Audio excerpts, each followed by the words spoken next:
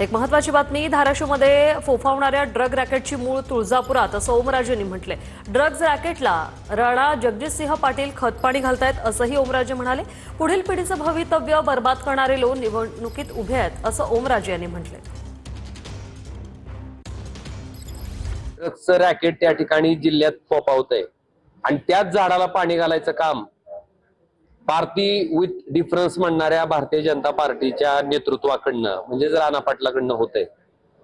नगराध्यक्ष पदाचे उमेदवार, मला वाटतं हा चेहराच असा असणार आहे की आमची भूमिका काय ही त्या चेहऱ्याकडे बघूनच तुम्हाला त्या ठिकाणी लक्षात येईल। जे ड्रग्ज आहेत त्याचा व्यापार करणारी म्हणजे आपली पुढची भवितव्य नष्ट करणारी मंडळी या ठिकाणी निवडणुकीत विरोधी पक्षाकडनं उभा राहू पाहतायत, त्यांना राजश्रय दिला जातोय। त्यांना बेचिराग करायची जबाबदारी तुळजापूर शहरातल्या सामान्य नागरिकाची आहे।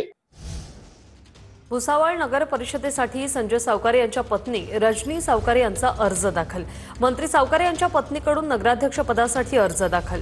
भुसावळ नगर परिषदेच्या नगराध्यक्ष पदासाठी हा एकमेव अर्ज दाखल झालाय।